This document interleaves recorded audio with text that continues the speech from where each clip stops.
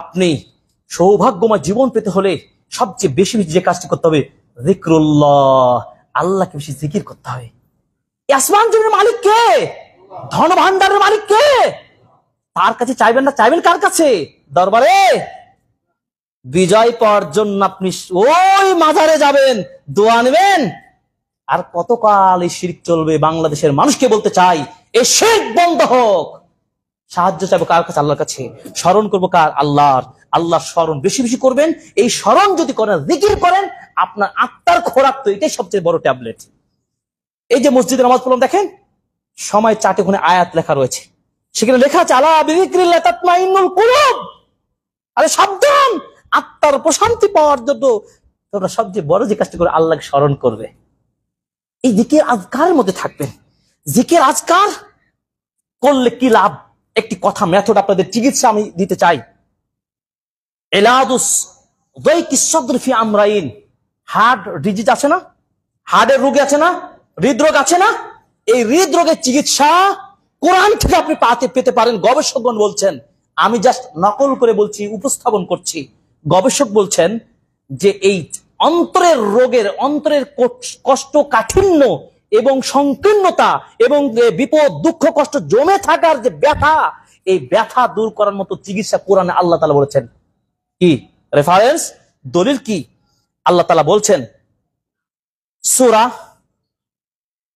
হিজরের 15 নম্বর সূরা হিজরের 97 এবং 98 নম্বর আয়াত মনে রাখবেন। 98 বন্যা অনেক হয়েছিল, বাংলাদেশে একবার হয়েছিল না? আয়াত নম্বর মনে রাখেন, 97, 98 নম্বর। কোন সূরা? হিজর, সূরা হিজরের। এই চিকিৎসাটা নিয়ে যান কোরআন থেকে। দেখুন আল্লাহ পাক বলেন, ওয়ালাকাদ না'লামু আন্নাকা ইয়াযীকু সাদরুক বিমা ইয়াকুলুন।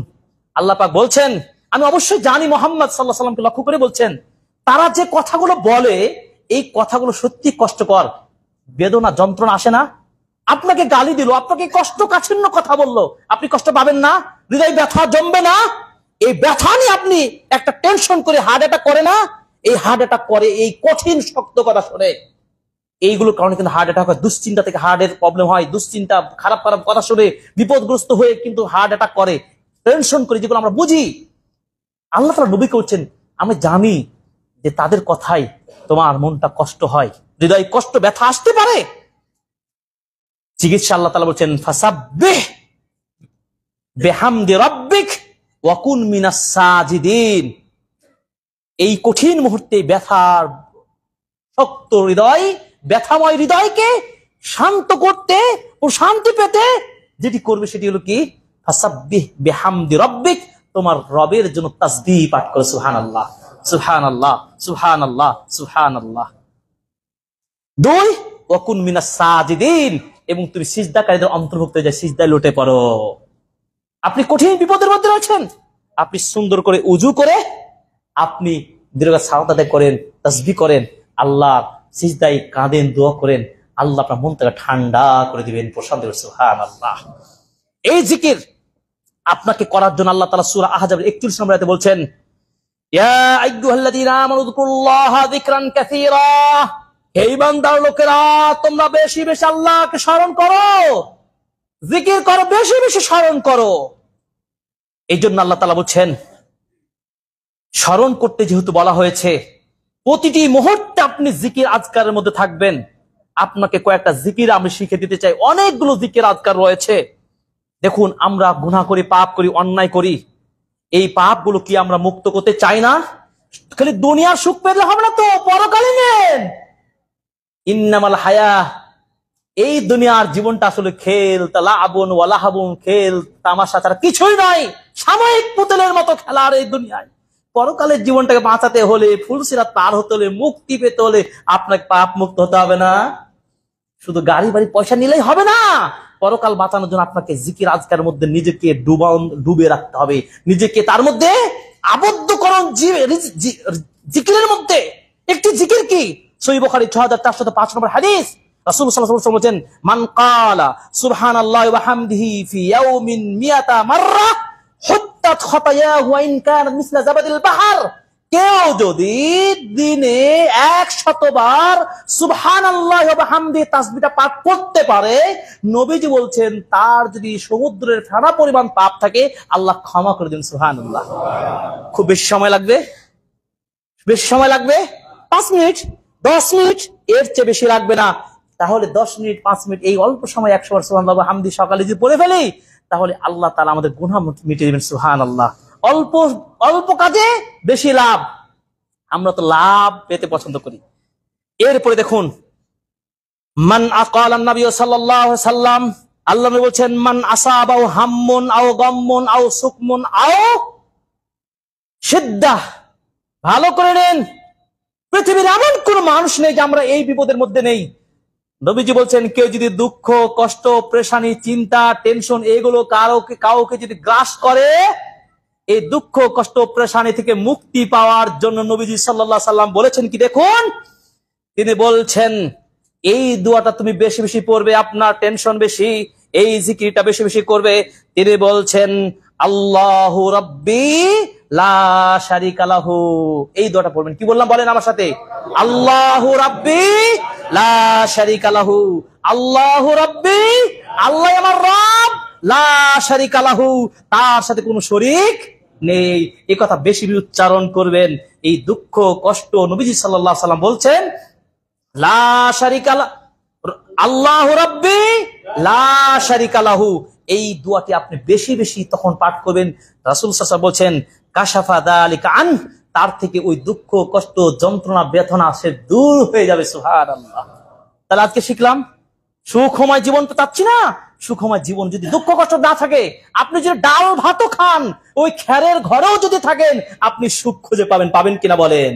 হাজার প্রাচীরের মধ্যে যদি আপনার অট্টালিকার মধ্যে জীবন যাপন করেন আর বুকের মধ্যে ব্যথা নিয়ে যদি জীবন রাত কাটান, আপনার ওটা সুখ নয়। প্রকৃত সুখ হচ্ছে মন্ত্রের সুখ আপনার পেতে হবে।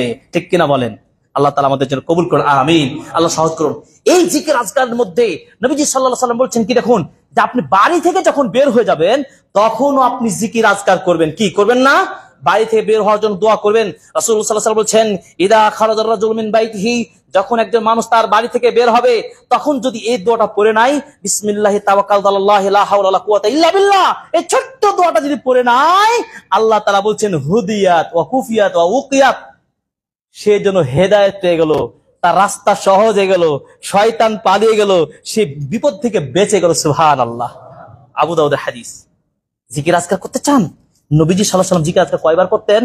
রাসূলুল্লাহ সাল্লাল্লাহু আলাইহি ওয়াসাল্লাম বলছেন ইয়া আইয়ুহান নাস তুবু ইলাল্লাহি ফা ইন্নী আতুবু ফিল ইয়াউমি ইলাইহি মিয়াতা মাররাহ। সহিহ মুসলিম হাদিস। হে মানুষেরা, তোমরা বেশি বেশি তওবা করো, কারণ আমি মুহাম্মদ রাসূলুল্লাহ সাল্লাল্লাহু আলাইহি ওয়াসাল্লাম প্রতিদিন দৈনিক 100 বার তওবা করি। সুবহানাল্লাহ। আমরা পারি? নবীজি যেখানে করতেন, নবীজির লাইফটা ছিল সুখময় লাইফ। তার সুপারিশ ছাড়া পরকালে মুক্তি পাবেন না।